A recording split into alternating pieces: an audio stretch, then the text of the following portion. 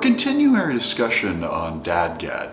DADGAD is an interesting tuning. Last time we looked at it, we were trying to build D chords out of it, and it makes sense because most of the strings in DADGAD are D's and A's. Now there's that one G string that's still there, but D's and A's combine really nicely to give us a D chord or an A chord or something else. But today we're going to do something different. We're going to try to get a C chord or a C-like chord that we can use. Now remember, we're trying to hack the DADGAD system to understand what it's doing to give us some insights that we can take back to different tunings.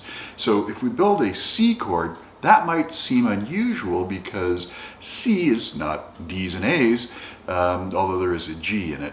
But it gives us a real insight when we start doing this. So let's just sort of break down DADGAD again. Now DADGAD is just the description of the tuning of each string. So D, A, D, G, A, D.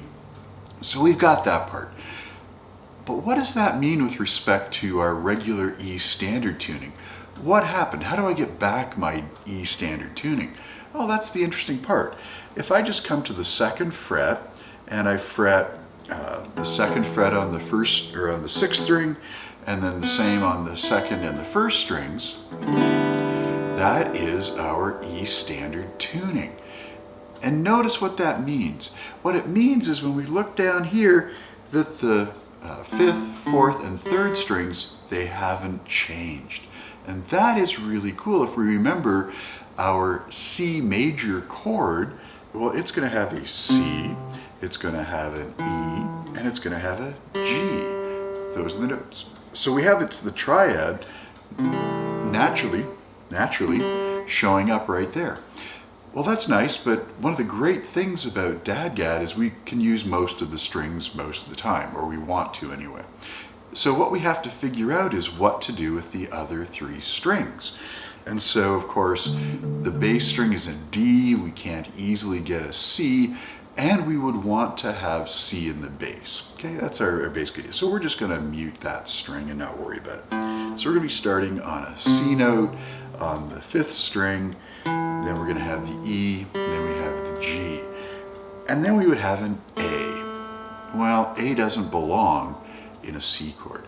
We need the notes C, E, and G.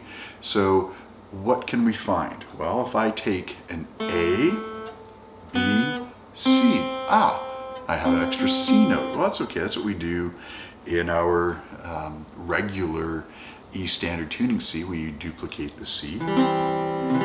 So that's good. Well, what if I want the bottom string? Well, the bottom string, it's a D. Well, what does a D note do for us in a C?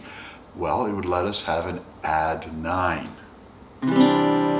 So by basically forming the mindset anyway of a regular C chord, we've just shifted one finger up to give us the extra C where it is. We include the first string, and that gives us an add 9. Now this is the real power of our DADGAD system.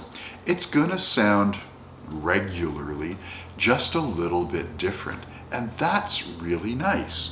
And so if we remember the D chord we were playing, okay, the D requires us to do a little bit of a work.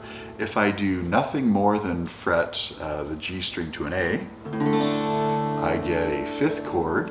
If I open it entirely, I get a D sus4.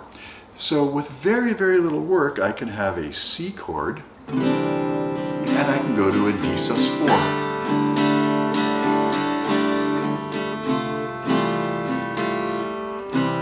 I hit it right.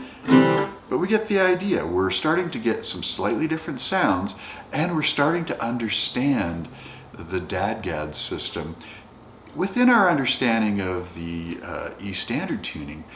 But now we're kind of working interchangeably between the ideas. Now, if you remember, we started saying, well, what key do we really want to work with? Well, I think the G, key of G is going to be the good choice. And we've already got two of the chords that are needed for it. We've got the C, the fourth, and we've got the D, the fifth of the key of G.